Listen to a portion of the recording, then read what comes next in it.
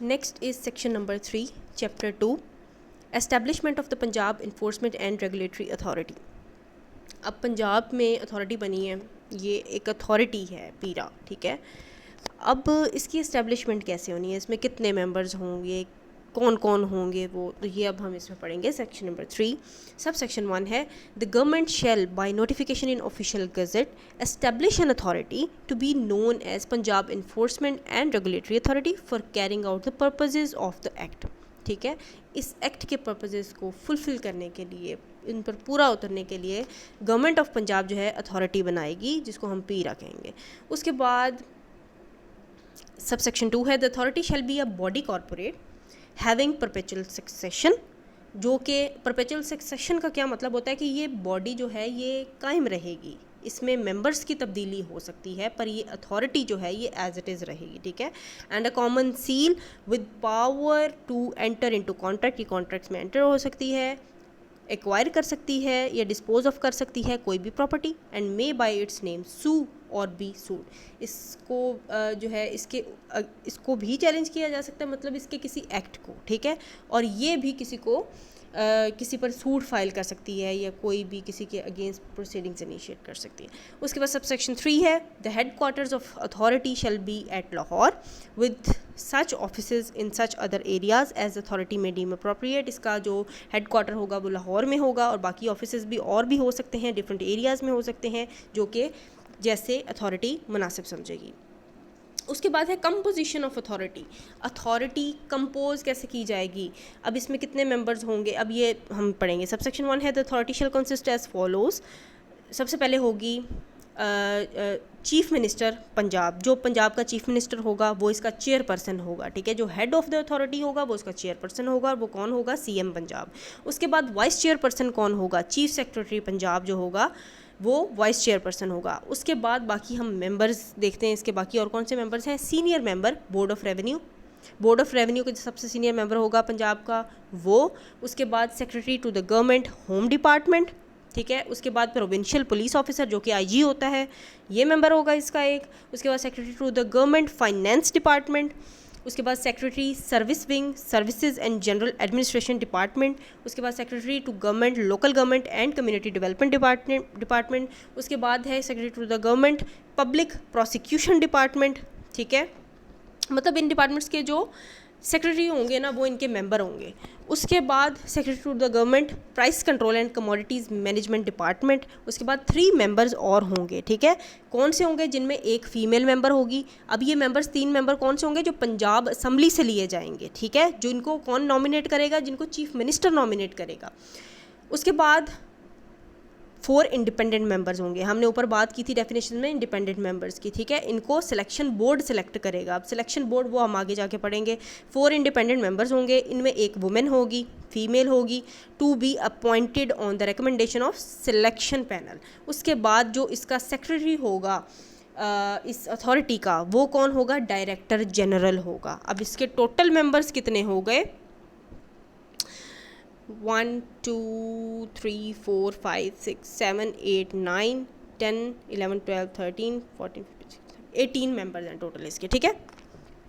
उसके बाद subsection 2 है, the chairperson may delegate his authority to the vice chairperson. Chairperson जो है अपनी अथॉरिटी जो है वो डेलीगेट भी कर सकता है, ट्रांसफर भी कर सकता है वाइस चेयरपर्सन को for the performance of all और any of his functions under the act, ताकि वो जो है कोई और फंक्शंस जो उसके ज़िम्मे हैं वो आगे डेलीगेट कर सकता है अपनी पावर्स, कि वो उनको परफॉर्म कर सके। उसके बाद सब सेक्शन 3 है, appointment of the members eight clause के एंड आई। अब के और आई क्लॉज में जो इसके मेंबर्स हैं, 3 मेंबर्स जो कि पंजाब असम्बली से होंगे और 4 इंडिपेंडेंट मेंबर्स, ठीक है। वो shall be notified in the official gazette, उनको अपॉइंट किया जाएगा और नोटिफिकेशन जो है वो जारी किया जाएगा ऑफिशियल गजट में। उसके बाद है subsection 4, not withstanding anything contained in sub section 1, जो ऊपर हमने सब सेक्शन 1 में चीज़ें पढ़ी हैं। द अथॉरिटी में को ऑप्ट एनी मीटिंग, इसके अलावा द अथॉरिटी जो है वो कोई भी मीटिंग जो है वो कर सकती है। The administrative secretary of the relevant department responsible for the enforcement and implementation of schedule laws, schedule laws की इन्फोर्समेंट और इम्प्लीमेंटेशन के लिए कोई भी मीटिंग जो है वो कर सकती है अथॉरिटी। उसके अलावा सबसेक्शन 5 है the independent members shall be appointed by the government. Independent member जो ऊपर हमने जिक्र किया है वो गवर्नमेंट अपॉइंट करेगी for a period of 3 years, 3 साल का टेन्योर होगा उनका, but they shall serve during the pleasure of government. इसका क्या मतलब है कि वो तब तक काम करेंगे during the pleasure of government, government जब चाहे उनको निकाल भी सकती है अगर वो कोई मसला करेंगे तो। उसके बाद सबसेक्शन 6 है द इंडिपेंडेंट मेंबर्स में resign at any time. Independent members जो हैं वो कभी भी रिज़ाइन कर सकते हैं, लेकिन subject to the service of 1 month notice to the government. Resign करने से 1 मंथ पहले उनको नोटिस सर्व करना पड़ेगा कि हम रिज़ाइन करने जा रहे हैं। उसके बाद सबसेक्शन 5 है सिलेक्शन, उसके बाद सेक्शन 5 है सिलेक्शन पैनल। अब सिलेक्शन पैनल जो हमने बात की, सिलेक्शन पैनल का सबसे पहले तो बेसिक पर्पस क्या है कि इंडिपेंडेंट मेंबर्स जो होंगे अथॉरिटी के 4, ठीक है, उनको किसने सिलेक्ट करना है, सिलेक्शन पैनल ने। सबसेक्शन 1 है there shall be a selection panel consisting of 3 persons. अब सिलेक्शन पैनल में 3 बंदे होंगे other than serving public servants. अब इसमें कौन कौन से नहीं होंगे, पब्लिक सर्वेंट्स नहीं हो सकते, इलेक्टेड रिप्रेजेंटेटिव्स नहीं हो सकते, ठीक है। उसके अलावा टू बी अब इनको सिलेक्शन पैनल जो है उनके जो 3 मेंबर्स हैं उनको कौन नॉमिनेट करेगा, to be nominated by the chief minister for the selection of independent members, ताकि वो इंडिपेंडेंट मेंबर्स को सिलेक्ट कर सकें। सबसेक्शन 2 है the selection of independent members shall B by majority of selection panel. अब सिलेक्शन पैनल में 3 बंदे हैं ना, तो मेजोरिटी का डिसीजन जो है वो माना जाएगा कि कौन सा बंदा जो है वो सिलेक्ट होगा। And the selection shall be completed with in 30 days of commencement of such selection process. Selection process start हो गया है, अब 30 दिन के अंदर अंदर हर सूरत उन्होंने सिलेक्शन को कंप्लीट करना है, इंडिपेंडेंट मेंबर्स जो हैं वो अपॉइंट सिलेक्ट करने हैं। उसके बाद सबसेक्शन 3 है the selection panel shall invite applications from the public. अब ये कैसे सिलेक्शन होगी, एप्लीकेशंस आएंगी पब्लिक की तरफ से for the selection of independent members and shall after interviewing eligible candidates जो होंगे उनका इंटरव्यू होगा, forward its recommendations to government. और उसके बाद जो ये मुनासिब समझेंगे बंदे उनके नाम जो है वो गवर्नमेंट को फॉरवर्ड किए जाएंगे ताकि वो गवर्नमेंट रिकमेंडेशंस दे और उनकी अपॉइंटमेंट हो जाए एज एन इंडिपेंडेंट मेंबर।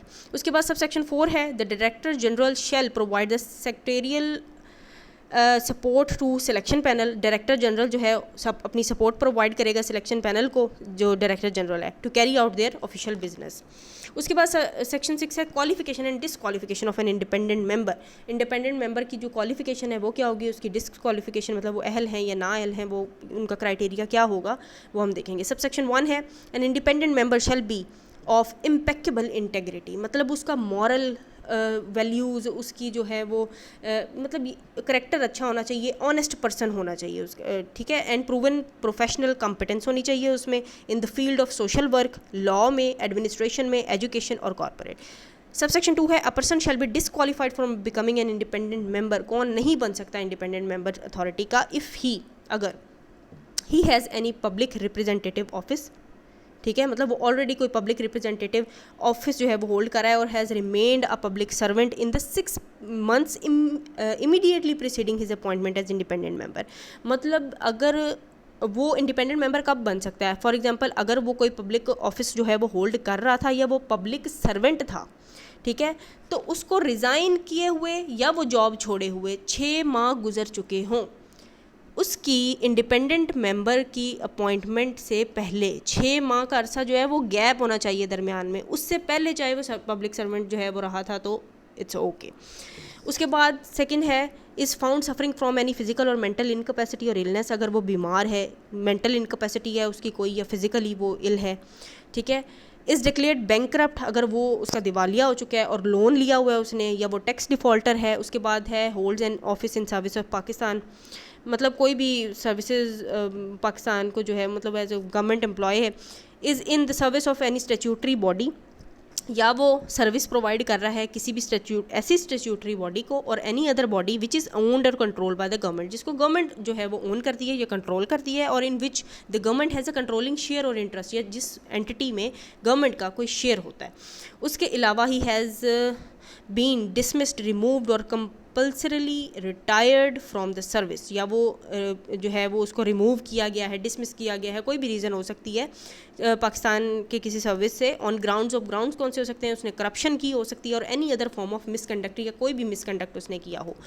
और उसके बाद है has been convicted of criminal offence, उसके अगेंस्ट कोई चार्ज है, क्रिमिनल ऑफेंस उसने कोई कमिट किया है, उसके अलावा has any conflict of interest, या कॉन्फ्लिक्ट ऑफ इंटरेस्ट क्या होता है, मतलब जिस पर्पज़ के लिए उसको as an independent member appoint करना है उसका इंटरेस्ट जो है उससे डेविएट कर रहा है, उससे डिफरेंट है, तो यहाँ पे कॉन्फ्लिक्ट ऑफ इंटरेस्ट आएगा। अगर वो पब्लिक इंटरेस्ट के लिए काम नहीं करेगा तो ऑब्वियसली अगर on the face of it अगर उनको लगेगा तो फिर वो डिसक्वालीफाई कंसिडर किया जाएगा। उसके बाद है सेक्शन 7 है मीटिंग्स ऑफ अथॉरिटी। मीटिंग्स कैसे होंगी, कितने का कोरम होना चाहिए, डिसीजन कौन करेगा, ये सारी चीज़ें इसमें पढ़ेंगे हम। सब सेक्शन 1 है the authority shall meet at such time and place and shall observe such procedures, मतलब उस टाइम पे उस जगह पे जो मीटिंग है वो कंडक्ट करेगी अथॉरिटी, और शेल ऑब्जर्व सच प्रोसीजर्स, और वो प्रोसीजर्स अडॉप्ट करेगी with regard to transaction of its business and meetings as may be prescribed. अब यहाँ पे एज में बी प्रेस्क्राइब्ड क्या है, मतलब आपको रूल्स में मिलेगी वो चीज़ें जो रूल्स में पीरा रूल्स में बताई गई हैं। एंड अनटिल सो प्रेस्क्राइब्ड, और जब तक वो रूल्स नहीं बनते एज अथॉरिटी में डिटर्मिन, जैसे कि अथॉरिटी डिटर्मिन करेगी खुद से, तब उस जगह पे वो मीटिंग करेंगे या उस टाइम पे मीटिंग करेंगे या कोई भी और उनका। उसके बाद है subsection 2 the meetings of the authority shall B presided over by chairperson. कौन प्रिजाइडिंग ऑफिसर होगा इस मीटिंग का, वो चेयरपर्सन होगा, और इन हिज एब्सेंस अगर वो नहीं होता तो फिर वाइस चेयरमैन होगा, और when the vice chairman is also absent by the member nominated by chairperson, तो फिर चेयरपर्सन जो है मतलब सीएम पंजाब जो है जिसको नॉमिनेट करेगा वो उसका प्रिजाइडिंग ऑफिसर होगा। उसके बाद है सब सेक्शन 3 है the quorum for the meeting of authority shall be 1/2 of the total members. जितने अथॉरिटी के मेंबर्स हैं जब मीटिंग होनी है तो वो कोरम का क्या मतलब होता है, सबसे पहले तो कोरम वो होता है जब मीटिंग होनी होती है उस मीटिंग में जितने बंदे होंगे ना वो कोरम होगा, मतलब जो मिनिमम रिक्वायरमेंट होती है ना मीटिंग की कि इतने बंदे ज़रूरी हैं वो कोरम माना जाता है, उसको कोरम कहते हैं हम, ठीक है। तो वो कोरम अथॉरिटी का कितना होगा कि जब अथॉरिटी मीटिंग करेगी तो उसमें उसकी अथॉरिटी के मेंबर्स में से हाफ लाजमी होने चाहिए, तो ये कोरम है, इसकी मिनिमम रिक्वायरमेंट होती है मीटिंग करने की। उसके बाद है सब सेक्शन 4 है द डायरेक्टर जनरल, ठीक है, जो कि सेक्रेटरी होगा अथॉरिटी का, on the direction of chairperson, chairperson की डायरेक्शन पे shall call a meeting of the authority, meeting बुलाएगा। उसके बाद सब सेक्शन 5 है the decisions of the authority shall be taken by majority of its members present and voting. ये चीज़ ध्यान में रखनी है कि जितने बंदे वहाँ प्रेजेंट होंगे और वोट कर रहे होंगे उनमें मेजॉरिटी के डिसीजन जो है वो माना जाएगा।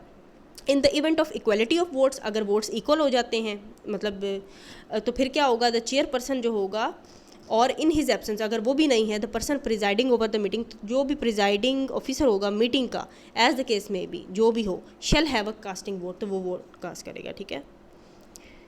उसके बाद है subsection 6 the director general shall maintain a complete record of the minutes and decisions of authority, जो भी मीटिंग में हुआ है, कितनी देर की हुई है, उसमें क्या डिसीजंस हुए हैं, इंपॉर्टेंट जितनी भी माइन्यूट डिटेल्स होंगी वो सारी उसकी रिकॉर्ड करेगा, उसका रिकॉर्ड मेंटेन करेगा।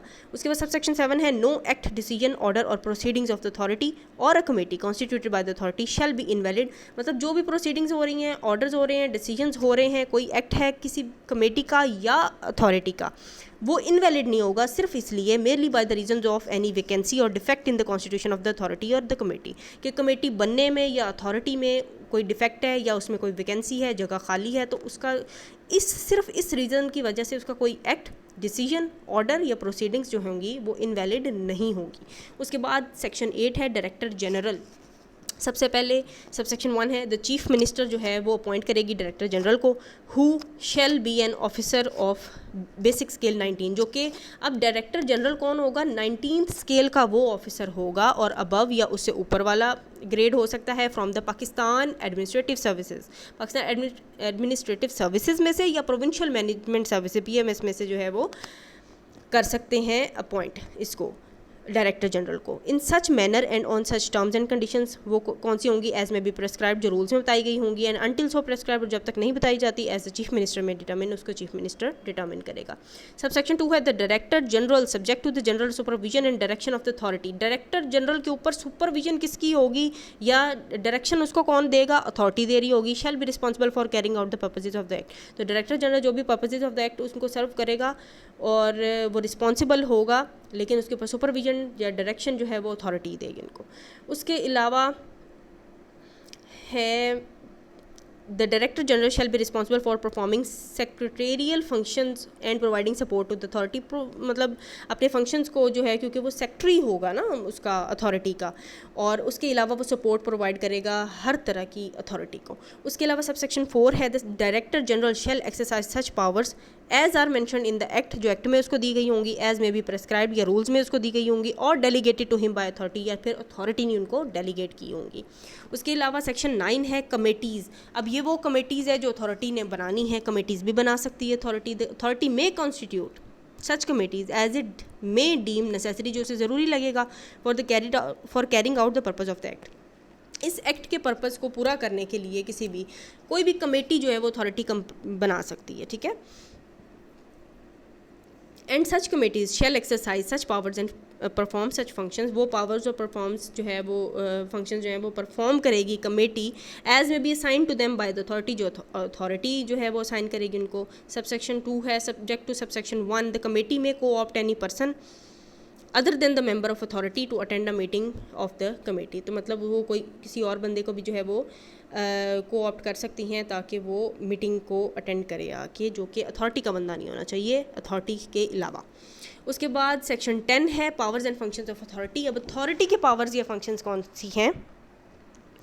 सबसेक्शन 1 है subject to the provisions of the act and rules and regulations frame thereunder, मतलब इस एक्ट की प्रोविजंस या रूल्स और रेगुलेशंस जो इस एक्ट के अंडर बनाए गए हैं उनके मातहत रहते हुए the authority may exercise such powers and take such measures, वो पावर्स उनके पास होंगी या वो मैयर्स ले सकते हैं एज मे बी नेसेसरी, जो उनको ज़रूरी लगेंगी for carrying out the purpose of the act, इस एक्ट के पर्पज़ को पूरा करने के लिए। सबसेक्शन 2 है without prejudice to the generality of the provisions of subsection 1 the authority shall. अब ये क्या क्या काम करेगी, कौन कौन से फंक्शंस हैं अथॉरिटी के? सबसे पहले ओवरसी, स्पेयर हेड और and monitor the implementation of the policy guidelines issued by the government for the purpose of the act. अब इस एक्ट के पर्पज़ को पूरा करने के लिए गवर्नमेंट जो पॉलिसीज़ बनाएगी उनको मोनीटर करना, उनको हेड करना, ये किसका काम है? उनको देखना, ये किसका काम है? अथॉरिटी का काम है। उसके अलावा appoint hearing officer for the purpose of the act, इस एक्ट के पर्पज़ को पूरा करने के लिए एक हेयरिंग ऑफिसर अपॉइंट किया जाता है। डिटेल हम आगे जाके पढ़ेंगे, लेकिन ये कौन अपॉइंट करेगी? अथॉरिटी अपॉइंट करेगी। उसके अलावा appoint authorised officer not below the rank of basic scale 18 for the purpose of act, एक ऑथराइज्ड ऑफिसर जो है वो अपॉइंट किए जाएंगे जिनका स्केल कितना होगा? 18वीं स्केल से कम नहीं होना चाहिए। उसके बाद है conduct a situational assessment, systematically gather and analyse relevant data for decision making and effective planning, किसी भी मामले में कोई इफेक्टिव प्लानिंग या डिसीजन मेकिंग के लिए डाटा जो है वो कलेक्ट कर सकती है या कोई असेसमेंट किसी किस्म की भी कर सकती है। उसके अलावा conduct such inquiry as is required for carrying out the purpose of the act और स्केड्यूल लॉस, मतलब कोई इंक्वायरी कंडक्ट कर सकती है किसी भी मामले में। उसके अलावा appoint and train the employees for the performance of the duties in such a manner and such terms and conditions as may be prescribed and until so prescribed as may be determined by the government. वो कह रहे हैं कि यहाँ पे जो employees authority जो है सारे अपॉइंट करेगी, उनको अपॉइंट करना और उनकी ट्रेनिंग का ज़िम्मा भी जो है वो अथॉरिटी का ही है। उसके बाद establish roles, jurisdictions and job descriptions of employees, जो भी एम्प्लॉयज़ होंगे इस अथॉरिटी के, उनकी ज्यूरिसडिक्शन क्या होगी, क्या उनके ड्यूटीज़ एंड फंक्शंस होंगे, वो सारा कुछ अथॉरिटी जो है वो इस्टेब्लिश करेगी। उसके अलावा device the mechanism of performance appraisal of employees, जो एम्प्लॉयज़ होंगे उनकी परफॉर्मेंस कैसी रही है, तो उनका जो है वो डिवाइस द मैकेनिज़्म अप्रेजल, कैसे इन्होंने अपनी ड्यूटीज़ को परफॉर्म करना है, उसका मैकेनिज़्म सारा जो है वो अथॉरिटी ने करना है। उसके अलावा take measures to establish and maintain discipline in employees, ठीक है। उसके अलावा है hire and determine the terms and conditions of engagement of such experts जो है वो हायर कर सकती है, कंसल्टेंट्स जो है वो हायर कर सकते हैं, एडवाइज़र्स को एंगेज कर सकते हैं एज में बी रिक्वायर्ड, जितने ज़रूरी होंगे, एंड इन सच मैनर, मतलब कैसे किया जाएगा जैसे रूल्स में बताए होंगे, और अगर रूल्स नहीं तब तक बने होंगे तो फिर गवर्नमेंट। अब तो वैसे रूल्स आ गए हैं, इसके बाद एक्ट के बाद हम रूल्स पढ़ेंगे। एडमिनिस्टर द एनफोर्समेंट स्टेशन, जैसे कि हमने पहले जो है वो पढ़ा है कि सब डिवीज़न लेवल पे इन्फोर्समेंट स्टेशंस बनाए जाएंगे, उनको एडमिनिस्टर करना या देखना किसका काम है? अथॉरिटी का काम है। उसके बाद provide guidelines to the district enforcement and regulatory board, जो डिस्ट्रिक्ट में एनफोर्समेंट रेगुलेटरी बोर्ड्स बनेंगे उनको गाइडलाइंस प्रोवाइड करना, और एनफोर्समेंट स्टेशंस को गाइडलाइन प्रोवाइड करना, ये भी किसका काम है? अथॉरिटी का काम है। Supervise, monitor and review the progress and performance of the board and enforcement station, जो बोर्ड होगा डिस्ट्रिक्ट का या एनफोर्समेंट स्टेशंस होंगी, उन्होंने जो परफॉर्मेंस की है या प्रोग्रेस है उनको रिव्यू करना, मॉनिटर करना या सुपरवाइज करना, ये अथॉरिटी का काम काम है। उसके बाद assign any of its employee to provide assistance to the, मतलब कोई भी एम्प्लॉय को जो है वो असाइन कर सकती है कि वो इन्फोर्समेंट स्टेशंस को असिस्टेंस प्रोवाइड करें जैसे कि वो ज़रूरी हो। Take all necessary measures for the implementing enforcement mechanism provided under the act, मतलब उसके लिए जो भी ज़रूरी काम लग रहे हैं इम्प्लीमेंटेशन के या इन्फोर्समेंट के लिए, तो वो जो है वो ले सकती है अथॉरिटी। उसके अलावा recommend budget estimates to the government for the purpose of implementation of the act. ज़ाहिर है कि अथॉरिटी ने काम करना है, उसके लिए बजट भी होना चाहिए, उसके लिए फ़ंड्स कहाँ से आएंगे, तो वो रेकमेंड करेगी एनुअली। अथॉरिटी जो है वो बजट बनाएगी हर साल और उसको गवर्नमेंट को भेजेगी फॉर द अप्रूवल। उसके अलावा define the pecuniary limitations of the employees to impose fines, employees ने आगे फ़ाइन जो इम्पोज करने होते हैं उनकी पेक्यूनरी लिमिटेशंस कितनी होंगी, ये जो रिस्ट्रिक्शन के बारे में, तो वो भी सारी अथॉरिटी बताएगी। उसके अलावा है sanction payment of reward to any person, जो रिवॉर्ड्स देने हैं इस एक्ट के अंडर, अगर कोई ऐसा बंदे ने या एम्प्लॉयज़ को भी दिया जा सकता है, किसी और बंदे को, विसल ब्लोअर को दिया जा सकता है, इंफॉर्मेशन लेकर आ रहा है वो, ठीक है, कि उसकी एक्सेप्शनल एफर्ट है towards accomplishing the objective of the act, ठीक है, तो उसकी जो पेमेंट है सैंक्शन करनी है वो सारी अथॉरिटी बताएगी कि क्या होगा। उसके अलावा exercise such other functions and powers as may be notified by the government, बाकी इसके अलावा और भी फंक्शन और पावर हो सकते हैं जो गवर्नमेंट ने बोला हो from time to time to carrying out the purpose of the act, के इस एक्ट के पर्पज़ को फुलफ़िल करने के लिए जो अदर उसके अलावा जो है वो होंगे वो गवर्नमेंट बताएगी अथॉरिटी को। The authority may delegate any of its power and functions to director general. अब अथॉरिटी यहाँ पे अपनी कोई पावर या फंक्शन या सारी ये जो भी होगी वो डायरेक्टर जनरल को या और चेयरपर्सन ऑफ द बोर्ड का जो मतलब डिस्ट्रिक्ट में बोर्ड होगा ना उसके चेयरपर्सन को डेलीगेट कर सकती है, या फिर अपने किसी अथोराइज्ड ऑफिसर को, ठीक है, वो अपनी पावर्स या फंक्शंस को डेलीगेट कर सकती है।